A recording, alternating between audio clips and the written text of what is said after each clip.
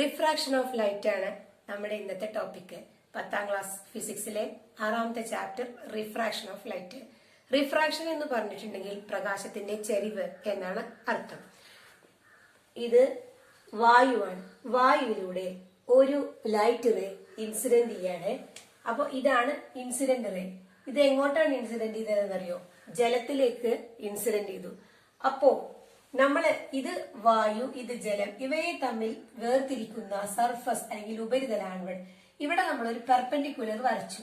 ഇതിന്റെ പേര് normal. Okay.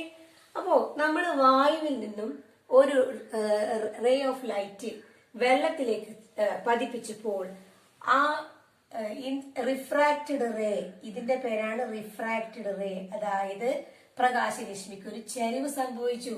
ഈ ചരിവിന്റെ പേരാണ് റിഫ്രാക്ഷൻ അല്ലെങ്കിൽ അപവർത്തനം. ആ പ്രകാശരശ്മിക്ക് നമ്മൾ പറയുന്ന പേരാണ് റിഫ്രാക്റ്റഡ് റേ അല്ലെങ്കിൽ അപവർത്തന രശ്മി എന്ന്. അപ്പൊ ഇവിടെ വായുവിൽ നിന്നും ജലത്തിലേക്ക് വന്നപ്പോൾ അപവർത്തന രശ്മിക്ക് എന്ത് സംഭവിച്ചു? നോർമലിന്റെ അടുത്തേക്ക് നീങ്ങി വന്നു, അല്ലേ? അപ്പൊ ഇവിടെ ഇൻസിഡന്റ് റേ നോർമലുമായിട്ടുണ്ടാക്കുന്ന ആംഗിൾ ആണ് ആംഗിൾ ഓഫ് ഇൻസിഡൻസ്. അത് കൂടുതലാണ്. കാരണം നോർമലിൽ നിന്നും അകലെയാണ് ഇൻസിഡന്റ് റേ.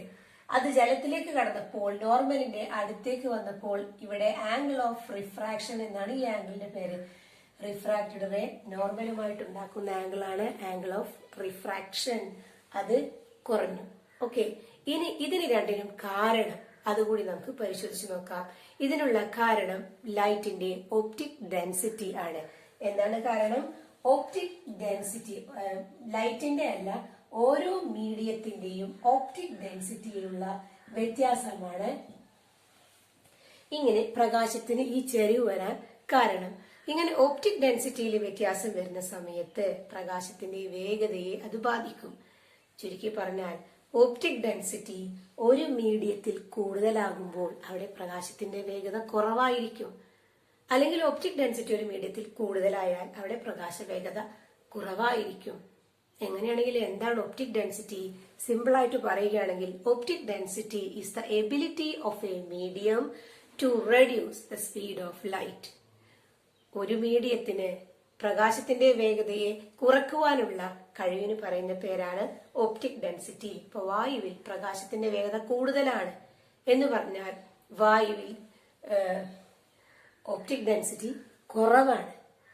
ജലത്തിൽ പ്രകാശ വേഗത കുറവാണ് എന്ന് പറഞ്ഞാൽ ജലത്തിൽ ഒപ്റ്റിക് ഡെൻസിറ്റി കൂടുതലാണ്.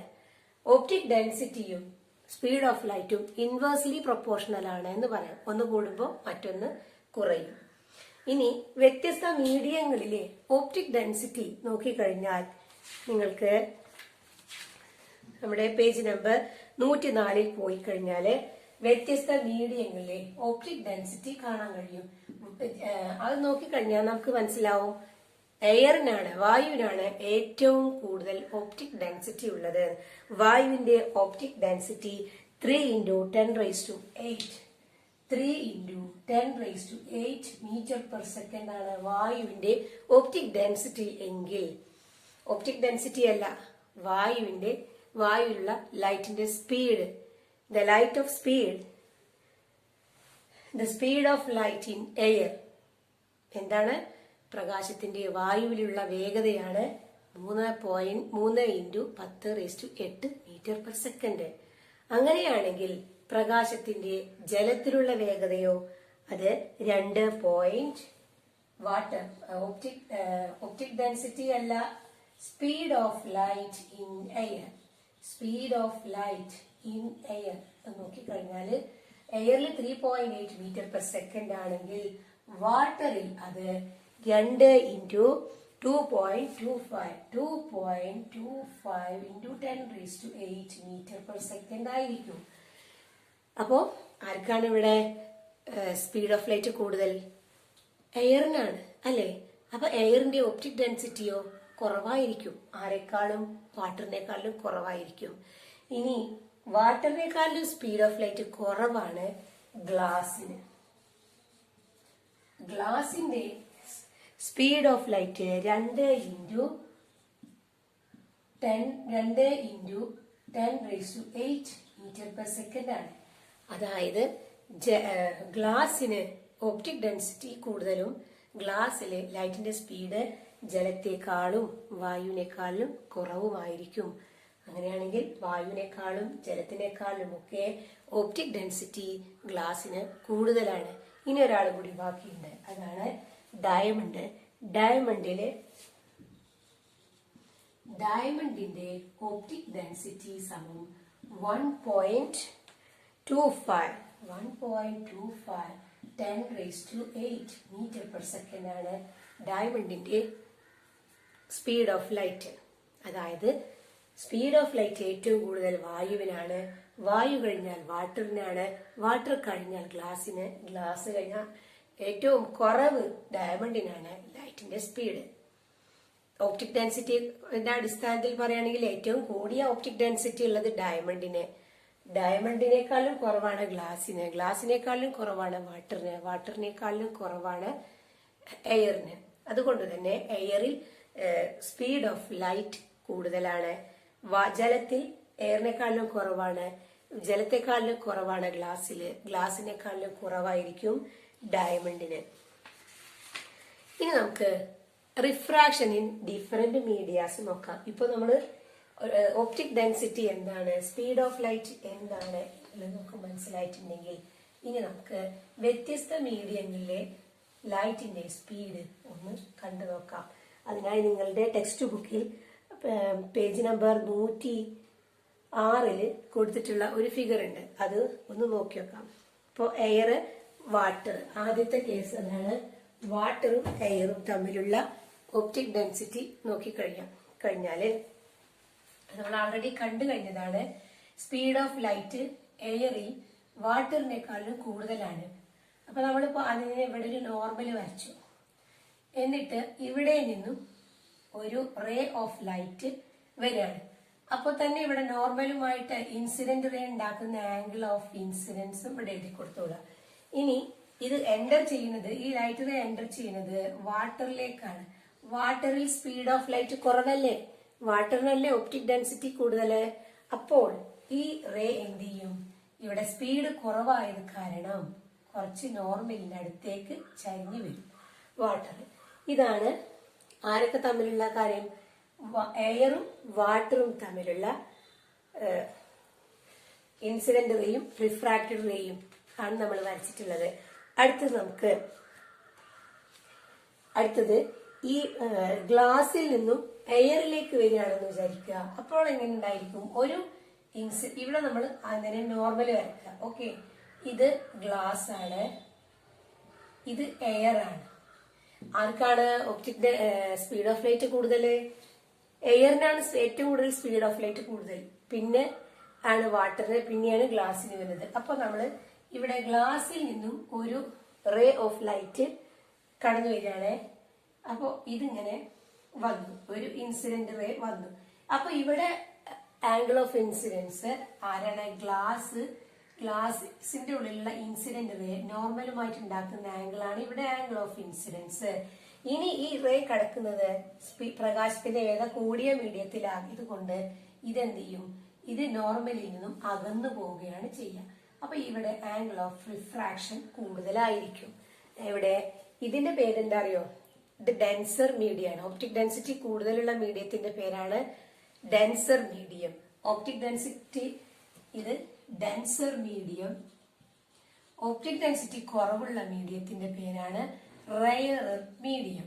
ഓക്കെ, അപ്പോ ഡെൻസർ മീഡിയത്തിൽ നിന്ന് റയറർ മീഡിയത്തിലേക്ക് പ്രകാശരശ്മി കടന്നു ചെന്നപ്പോൾ ആംഗിൾ ഓഫ് ഇൻസിഡൻസ് കുറവായിരുന്നു. ഇതിനേക്കാളും ആംഗിൾ ഓഫ് റിഫ്രാക്ഷനേക്കാളും.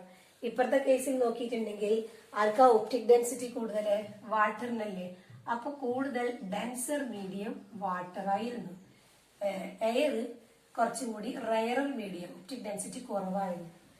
ഇവിടെ റയറർ മീഡിയത്തിൽ നിന്ന് ഡെൻസർ മീഡിയത്തിലേക്ക് പ്രകാശരശ്മി കടന്നപ്പോൾ അത് നോർമലിന്റെ അടുത്തേക്ക് ചരിഞ്ഞു വന്നു. അതുകൊണ്ട് ഇവിടെ angle of refraction angle of ഇൻസിഡൻസിനേക്കാളും കുറവായിരുന്നു. എന്താ പഠിച്ചത്? പ്രകാശരശ്മി റയറർ മീഡിയത്തിൽ നിന്നും ഡെൻസർ മീഡിയത്തിലേക്ക് കടക്കുമ്പോൾ angle of incidence is larger than angle of refraction. ഗ്ലാസും എയറും തമ്മിൽ നോക്കിയപ്പോ ഇവിടെ ഡെൻസർ മീഡിയത്തിൽ നിന്നും റയറർ മീഡിയത്തിലേക്കാണ് പ്രകാശരശ്മി കടന്നു പോകുന്നത്. അപ്പോ when light rays enter from a denser medium to rarer medium, angle of incidence is smaller than angle of refraction. തീർന്നിട്ടില്ല, ഇനിയുമുണ്ട്. Figure page number 106 5.3c. ഇവിടത്തെ പ്രത്യേകത നോക്കിയോക്കൂ. നേരെ പതിക്കുന്ന ഒരു പ്രകാശരശ്മി ആവുമ്പോൾ അതിനെന്ത് സംഭവിക്കുന്നില്ല? റിഫ്രാക്ഷൻ സംഭവിക്കുന്നില്ല. അല്ലെങ്കിൽ angle of incidence equal to 0, angle of refraction equal to 0. ഇവിടെ എന്ത് സംഭവിക്കുന്നില്ല? റിഫ്രാക്ഷൻ സംഭവിക്കുന്നില്ല. റിഫ്രാക്ഷൻ സംഭവിക്കണമെങ്കിൽ പതനരശ്മി എന്ത് ചെയ്യണം? മീഡിയത്തിൽ ചെരിഞ്ഞു പതിക്കണം. ആ സമയത്ത് മാത്രമേ എന്ത് നടക്കുകയുള്ളൂ? റിഫ്രാക്ഷൻ സംഭവിക്കുകയുള്ളൂ. പിന്നെ വേറൊരു കേസുണ്ട്. വാട്ടറിൽ നിന്നും ഗ്ലാസിൽ നിന്നും വാട്ടറിലേക്കാണ് പോകുന്നത്. ഇവിടെ എന്താണ്? ഗ്ലാസിൽ നിന്നും എയറിലേക്കല്ലേ പോയത്. ഇവിടെ അടുത്ത കേസ്, ഇവിടെ നമുക്ക് നോർമൽ വരക്കാം. ഇത് ഗ്ലാസ് ആണ്. ഗ്ലാസിനേക്കാളും ലൈറ്റിന്റെ സ്പീഡ് കൂടുതലുള്ളത് ആർക്കാണ്? വാട്ടറിനാണ്. അപ്പൊ ഇതാണ് വാട്ടർ. ഇനി ഒരു റേ ഓഫ് ലൈറ്റ് വരുന്നത് എവിടുന്ന് എവിടേക്കാണ്? ഇതാണ് ഗ്ലാസ്. ഗ്ലാസിൽ നിന്നും ഒരു റേ, ഇവിടെ നോർമലും ഇൻസിഡന്റ് റേയും തമ്മിലുള്ള ആംഗിൾ ഓഫ് ഇൻസിഡൻസ്. ഇതാണ് ഇൻസിഡന്റ് റേ ട്ടോ, പതനരശ്മി. പതനരശ്മിനി വാട്ടറിലേക്ക് പോകാറുമ്പോ വാട്ടറിന് എന്താണ്? ഒപ്റ്റിക്കൽ ഡെൻസിറ്റി കൂടുതൽ, വാട്ടറിന് സ്പീഡ് ഓഫ് ലൈറ്റ് കൂടുതലാണ്. ഇവിടെ ഒപ്റ്റിക് ഡെൻസിറ്റി കൂടുതൽ ഗ്ലാസിനാണ്. അപ്പൊ ഗ്ലാസ് ആണ് ആര്? Denser medium. ഗ്ലാസിനേക്കാളും ഒപ്റ്റിക് ഡെൻസിറ്റി കുറവാണ് ആർക്ക്? ജലത്തിന്. അപ്പോൾ ജലമാണ് ഇവിടെ റയറർ മീഡിയം. ഓക്കെ, ഇനി നമ്മൾ പഠിച്ചു ഡെൻസർ മീഡിയത്തിൽ നിന്നും റയറർ മീഡിയത്തിലേക്കാണ് പ്രകാശരശ്മി പതിക്കുന്നത് എങ്കിൽ അത് നോർമലിൽ നിന്നും അകന്നു പോകും. കണ്ടില്ലേ? അപ്പൊ ഇത് പോവുക, ഇത് കുറച്ച് ചരിഞ്ഞു പോകും. അപ്പൊ ഇവിടെ ആംഗിൾ ഓഫ് റിഫ്രാക്ഷൻ ആയിരിക്കും കൂടുതൽ. എന്താ പഠിച്ചത്? ലൈറ്റ് റേ ഡെൻസർ മീഡിയത്തിൽ നിന്നും റയറർ മീഡിയത്തിലേക്ക് പോകുമ്പോൾ ആംഗിൾ ഓഫ് റിഫ്രാക്ഷൻ കൂടുതലായിരിക്കും. ഇനി വേറൊരു ചിത്രം, അത് എന്താണ്? ഇതേപോലെ തന്നെ ഇവിടെ ഇപ്പോ ഇത് ഗ്ലാസ്, അതേപോലെ ഇത് വാട്ടർ. ഇങ്ങനെ പെർപെൻഡിക്കുലർ ആയിട്ട് പ്രകാശരശ്മി വരികയാണെങ്കിൽ അതിനെന്തില്ല? No refraction. ആംഗിൾ ഓഫ് ഇൻസിഡൻസും ആംഗിൾ ഓഫ് റിഫ്രാക്ഷനും 0 ആയതുകൊണ്ട് അതിനെന്തില്ല? റിഫ്രാക്ഷൻ അവിടെ സംഭവിക്കുന്നില്ല. ഇനി വേറൊരു ടേം നമുക്ക് പഠിക്കാം. ഇപ്പോ ഇത് രണ്ടും നോക്കിയിട്ട് നമുക്ക് ലോ ഓഫ് റിഫ്രാക്ഷൻ എന്താണ് എന്നുള്ളതാണ് ഇനി നമ്മുടെ അടുത്ത ടോപ്പിക് വരുന്നത്. അതായത് ലോ ഓഫ് റിഫ്രാക്ഷനിൽ ആദ്യമായിട്ട് പറയുന്നത് ഈ ആംഗിൾ ഓഫ് ഇൻസിഡൻസും ആംഗിൾ ഓഫ് റിഫ്രാക്ഷനും നോർമലും എല്ലാം ഒരേ പ്ലെയിനിലാണ് എന്നാണ് പറയുന്നത്. അപ്പൊ ഇതിപ്പോ ഒരു പ്ലെയിൻ ആയിട്ട് എടുക്കുകയാണെങ്കിൽ ഇത് ആംഗിൾ ഓഫ് ഇൻസിഡൻസ് ഇങ്ങനെ വരികയാണെങ്കിൽ, ആംഗിൾ ഓഫ് ഇൻസിഡൻസ് ഇങ്ങനെ വരികയാണെങ്കിൽ ഇതിപ്പോ എയർ ആണ്. ഇപ്പൊ എന്റെ കൈ ഇത് വാട്ടർ ആണെന്ന് വിചാരിക്കുക. അപ്പൊ എന്ത് ചെയ്യും? വാട്ടർ കുറച്ച് ഇങ്ങനെ പോകുന്ന എയറിൽ നിന്ന് ഇങ്ങനെ കടന്നു വന്ന രശ്മി ജലത്തിലേക്ക് എത്തിയപ്പോൾ നോർമലിനോട് അല്പം അടുത്തേക്ക് വന്നു. അത് കഴിഞ്ഞിട്ട് എന്ത് ചെയ്തു? തിരിച്ച് എയറിലേക്ക് തന്നെ റിഫ്രാക്ട് ചെയ്തു പോകും. അപ്പൊ അതൊക്കെ കിടക്കുന്ന ഈ ഒരേ പ്ലെയിനിലാണ്. നമ്മൾ നോർമൽ വരക്കുന്നതും ഇങ്ങനെയാണ്. അപ്പം ഒന്നാമത്തെ ലോ ഓഫ് റിഫ്രാക്ഷൻ പറയുന്നത് ഇങ്ങനെ ആംഗിൾ ഓഫ് ഇൻസിഡൻസും ആംഗിൾ ഓഫ് റിഫ്രാക്ഷനും നോർമലും എല്ലാം ഒരേ പ്ലെയിനിലാണ്. രണ്ടാമത്തെ ലോ പറയുന്നത് അപ്പൊ നമ്മൾ ആംഗിൾ ഓഫ് ഇൻസിഡൻസും ആംഗിൾ ഓഫ് റിഫ്രാക്ഷന്റെയും റേഷ്യോ നോക്കിക്കഴിഞ്ഞാൽ ആ റേഷ്യോ ഒരു കോൺസ്റ്റന്റ് ആയിരിക്കും. അപ്പോൾ അത് എപ്പോഴും എന്താണ്? ഒരേ സംഖ്യ തന്നെയായിരിക്കും. Angle of incidence divided by angle of refraction ചെയ്തിട്ടുണ്ടെങ്കിൽ നമുക്ക് angle of incidence divided by angle of refraction ചെയ്താൽ നമുക്ക് കിട്ടുന്ന റേഷ്യോ എന്ന് പറയുന്നത് ഒരേ റേഷ്യോ തന്നെ ആയിരിക്കും. അപ്പൊ നിങ്ങൾ ടെക്സ്റ്റ് ബുക്കിൽ ഇവിടെ നോക്കി വെക്കുക. ഇവിടെ എയറിൽ നിന്നും ഗ്ലാസ്സിലേക്ക് എൻ്റർ ചെയ്തപ്പോ അവിടെ കിട്ടിയ വിലകളൊക്കെ നോക്കുക. എല്ലാം 1.5 ആണ്. അപ്പൊ അതാണ് angle of incidence divided by angle of refraction ഒരു കോൺസ്റ്റന്റ് ആയിരുന്നു. ഇപ്പുറത്ത് നോക്കിയേക്കൂ, light from glass to air. ഗ്ലാസിൽ നിന്ന് എയറിലേക്ക് പോകുമ്പോ അവിടെ എന്താണ്, ആദ്യം എയറിൽ നിന്നും ഗ്ലാസിലേക്ക് വരുമ്പോ റയറർ മീഡിയത്തിൽ നിന്നും ഡെൻസർ മീഡിയത്തിലേക്ക് വന്നപ്പോ ആംഗിൾ ഓഫ് റിഫ്രാക്ഷൻ അവിടെ കുറവായിരുന്നു. തിരിച്ച് ഗ്ലാസിൽ നിന്നും എയറിലേക്ക് വരുമ്പോ, അതായത് ആംഗിൾ ഓഫ് ഡെൻസർ മീഡിയത്തിൽ നിന്നും റയറർ മീഡിയത്തിലേക്ക് വന്നപ്പോ അവിടെ ആംഗിൾ ഓഫ് റിഫ്രാക്ഷൻ ആയിരുന്നു കൂടുതൽ. ഓക്കെ, അപ്പൊ അത് നമ്മൾ അതിന്റെ വാല്യൂ 0.7 ആണ് sine i by sine r ചെയ്തപ്പോൾ നമുക്ക് കിട്ടിയത് എല്ലാത്തിലും. അതായത് ഇതൊരു കോൺസ്റ്റന്റ് ആണ്. അതാണ് ലോ ഓഫ് റിഫ്രാക്ഷനിലെ രണ്ടാമത്തെ നിയമം. എന്താ രണ്ടാമത്തെ നിയമം പറയുന്നത്? Ratio of the sine of the angle of incidence to the sine of the angle of refraction will be always a constant.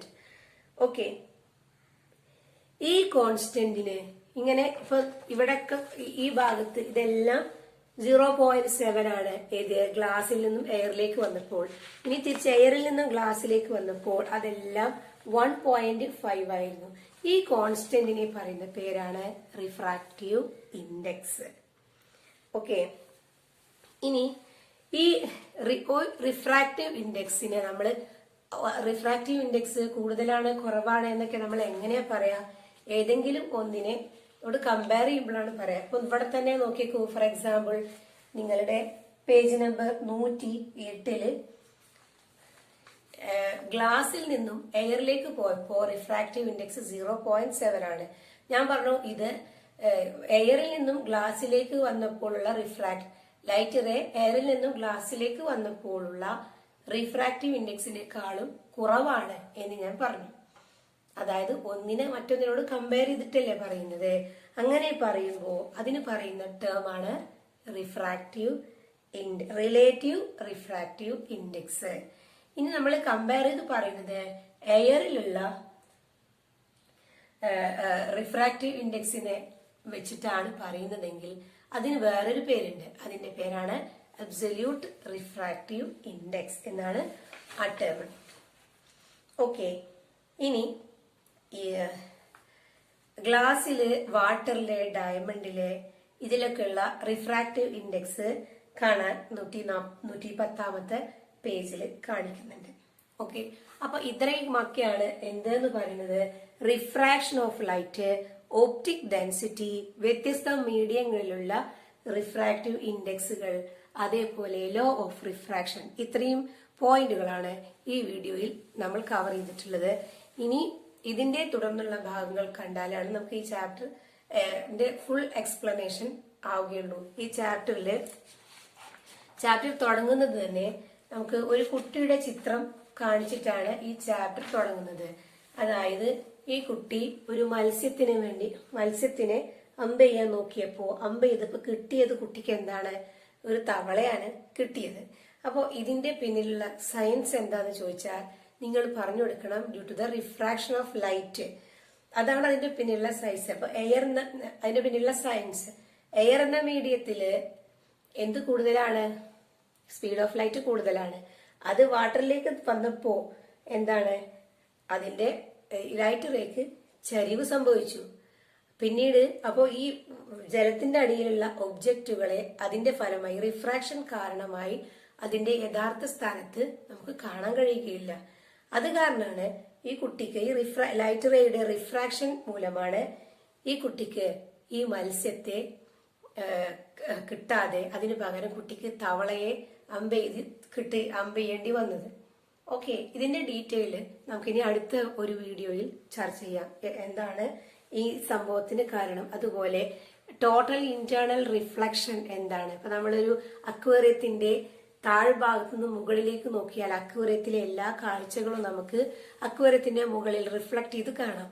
അതാണ് ടോട്ടൽ ഇന്റേണൽ റിഫ്ലക്ഷൻ. അതുമായി ബന്ധപ്പെട്ട കാര്യങ്ങൾ നമുക്കിനി അടുത്ത വീഡിയോയിൽ ചർച്ച ചെയ്യാം.